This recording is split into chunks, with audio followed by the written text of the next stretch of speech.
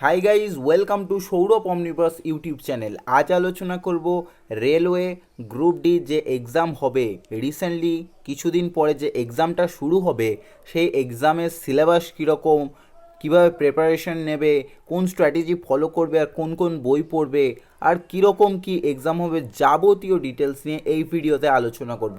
তো অবশ্যই ভিডিওটাকে শেষ পর্যন্ত দেখো, আর চ্যানেলটাকে সাবস্ক্রাইব করে নিও। ভালো লাগলে বন্ধুদের অবশ্যই শেয়ার করে দিও। আর পাশাপাশি নতুন একটা চ্যানেল ফস্টার্স নলেজ, সেই চ্যানেলটাকেও সাবস্ক্রাইব করে নিও। ওখানে ম্যাথ এবং রিজনিং দেব, ওখান থেকে ম্যাথ এবং রিজনিং শিখতে পারবে। এছাড়া কারেন্ট অ্যাফেয়ার্সও দেবো। তো চলো আজকের এই প্যাটার্নটা বা এই স্ট্র্যাটেজিটা জেনে নেওয়া যাক, যেটা রেলওয়ে গ্রুপ ডির জন্য মোস্টলি এফেক্টিভ। তো দেখো, টোটাল মার্কস থাকবে, অর্থাৎ 100 নাম্বারের কোশ্চেন থাকবে, যার নাম্বার হবে 1 মার্কস করে, অর্থাৎ 100টা কোশ্চেন থাকবে এবং 1 নাম্বার করে 100 100টা।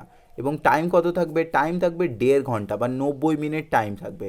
এবারে কোন কোন টপিক থেকে কি কি কোশ্চেন থাকবে দেখো। জেনারেল অ্যাওয়ারনেস এবং কারেন্ট অ্যাফেয়ার্স থাকবে 20 নম্বরের, জেনারেল সায়েন্স থাকবে 25 নম্বরের, ম্যাথ থাকবে 25 নম্বরের এবং রিজনিং থাকবে 30 নম্বরের।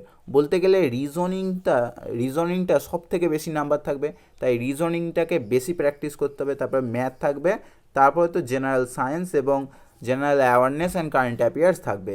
এবারে এখানে কিন্তু নেগেটিভ মার্কসও আছে। নেগেটিভ মার্কস কত আছে? 1/3, অর্থাৎ 3টে ভুল করলে 1 নম্বর কাটা হবে। আর কোন কোন ল্যাঙ্গুয়েজে দিতে পারবে?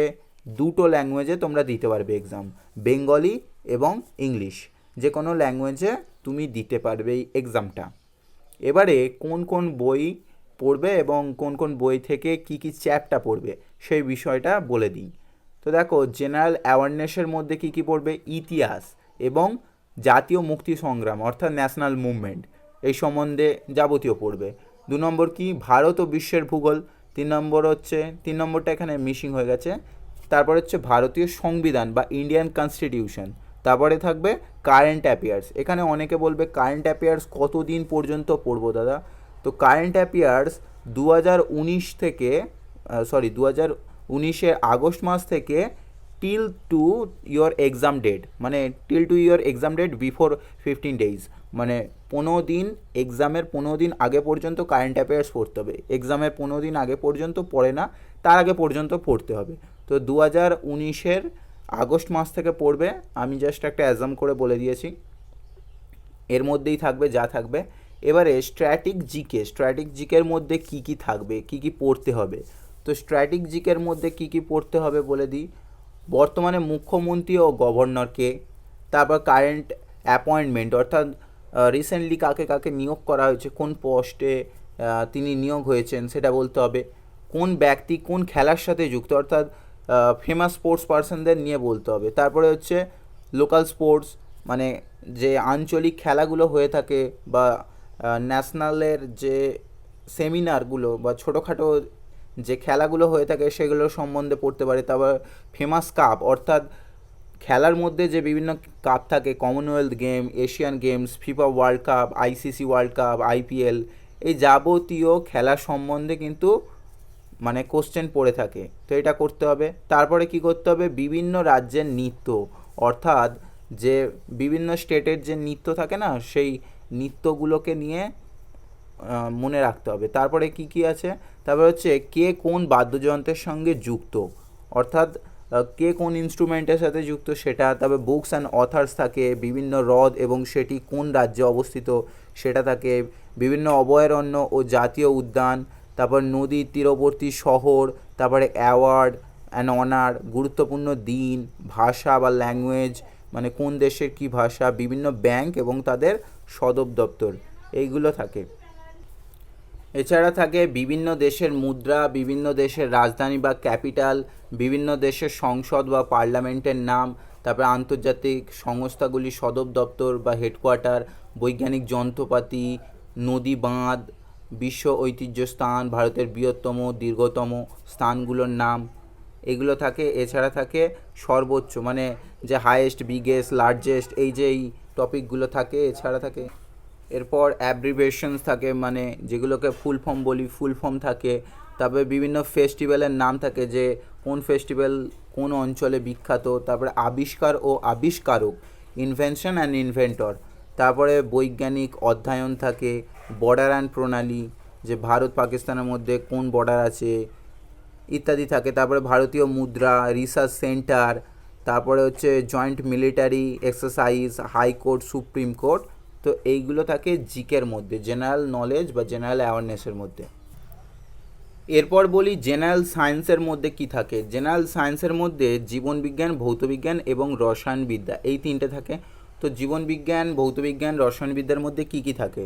তো জীবনবিজ্ঞানের প্রথম চ্যাপ্টার সালোক সংশ্লেষ, শ্বসন, দ্বিতীয় হচ্ছে পুষ্টি, তৃতীয় সংবহন, চলন গমন, রেচন, স্নায়ু, হরমোন, কোষ ও কোষ বিভাজন, জনন ও বংশগতি, অভিব্যক্তি, অভিযোজন, ভাইরাস, রোগ ও স্বাস্থ্য, পরিবেশ, বাস্তুতন্ত্র ও সংরক্ষণ।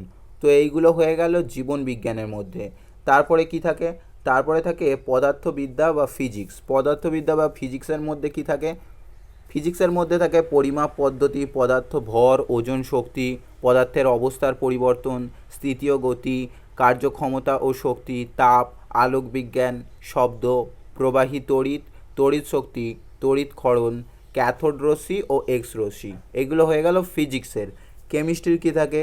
কেমিস্ট্রির থাকে পদার্থের ভৌত অবস্থা, দ্রবণ ও দাব্যতা, চিহ্ন, সংকেত, যোজ্যতা, রাসায়নিক সমীকরণ, তড়িৎ বিশ্লেষণ, তারপরে অ্যাসিড, ক্ষার ও লবণ, জারণ বিজারণ, কয়েকটি গ্যাসের প্রস্তুতি ও ধর্ম, ডাল্টনের পারমাণবিক তত্ত্ব, মৌলের পর্যায় সরণি ও যোজ্যতা, কয়েকটি পদার্থের প্রকৃতি ও তাদের ব্যবহার। তো এইগুলো হয়ে গেল জেনারেল সায়েন্সের। জেনারেল সায়েন্সে জীবনবিজ্ঞান, ভৌতবিজ্ঞান, রসায়নবিদ্যা বা কেমিস্ট্রি। তো এইগুলো হয়ে গেল সায়েন্সের। এবারে চলে যাই ম্যাথের। ম্যাথের জন্য কি কি করবে? ম্যাথের জন্য আমি চ্যাপ্টার ওয়াইজ বলে দিয়েছি। তো ম্যাথের জন্য কি কি চ্যাপ্টার ফলো করতে হবে?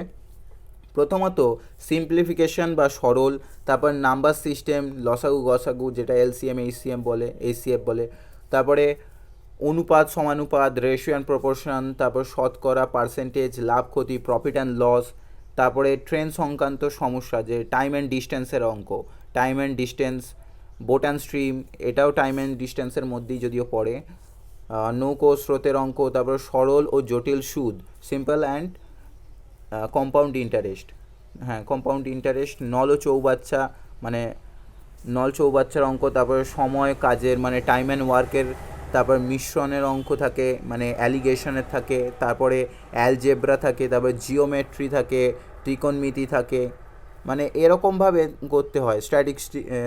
স্ট্যাটিস্টিক্স থাকে, তারপরে স্কোয়ার রুট থাকে, ক্যালেন্ডার অ্যান্ড ক্লক থাকে।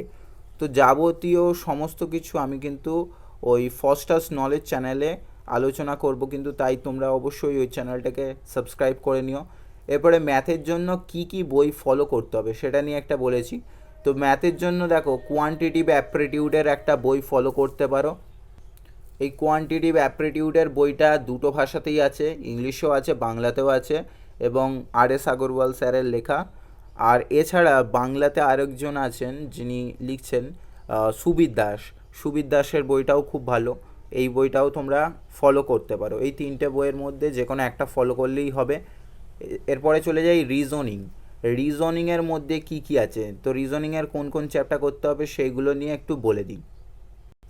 রিজনিংয়ের আমি 14টা চ্যাপ্টার বলে দিয়েছি। তো এই চ্যাপ্টারগুলো কী কী সেইগুলো নিয়ে একটু বলে দিই। প্রথমত দেখো অ্যানালজি আছে, তারপরে দেখো অ্যালফাবেট সিরিজ আছে, তারপরে হচ্ছে কোডিং ডিকোডিং, ম্যাথামেটিক্যাল অপারেশনস, তারপরে রিলেশনশিপ আছে, সিলোলিজম আছে, জামলিং আছে, Venn diagram, data interpretations and sufficiency, conclusions and decision making, similarities and differences, analytical reasoning, যেটা ক্লাসিফিকেশন থাকে, ডাইরেকশন থাকে, স্টেটমেন্ট মানে আর্গুমেন্ট আর অ্যাজাম্পশন সেটা সম্বন্ধে করতে হয়। তো এই 14টা চ্যাপ্টার করলেই রিজনিংয়ের জন্য এনাফ। এবং এই রিজনিংয়ের জন্য কি কি বই ফলো করতে হবে? এই রিজনিংয়ের জন্য সুবীর দাসেরই রিজনিংয়ের বই আছে, এছাড়া চঞ্চল ঘোষের বই আছে, এবং আরেকটি বই, এটা হচ্ছে এই বইটা হচ্ছে কিরণের বই। তো এই বইটাতে বেসিক্যালি 11,000 অবজেক্টিভ কোশ্চেন আছে। তো এই বইটাই মানে সবথেকে বেশি ভালো হবে। আর যারা বাংলায় দেবে তার জন্য বলবো এই সুবির দাসের বইটা ফলো করতে পারো, এটা সব থেকে ভালো। আর যারা ইংলিশে দেবে তাদের জন্য এই এসএসসি রিজনিংয়ের এই সুবির দাসের বইটা খুবই ভালো, সরি কিরণের বইটা খুবই ভালো, কিরণ পাবলিশার্স থেকে। এখানে 1999 সাল থেকে যাবতীয় যা এক্সাম হয়েছে সমস্ত রিজনিংগুলো দেওয়া আছে, আর বইটাতে অসংখ্য দেওয়া আছে, তাই এই বইটা খুবই হেল্পফুল হবে।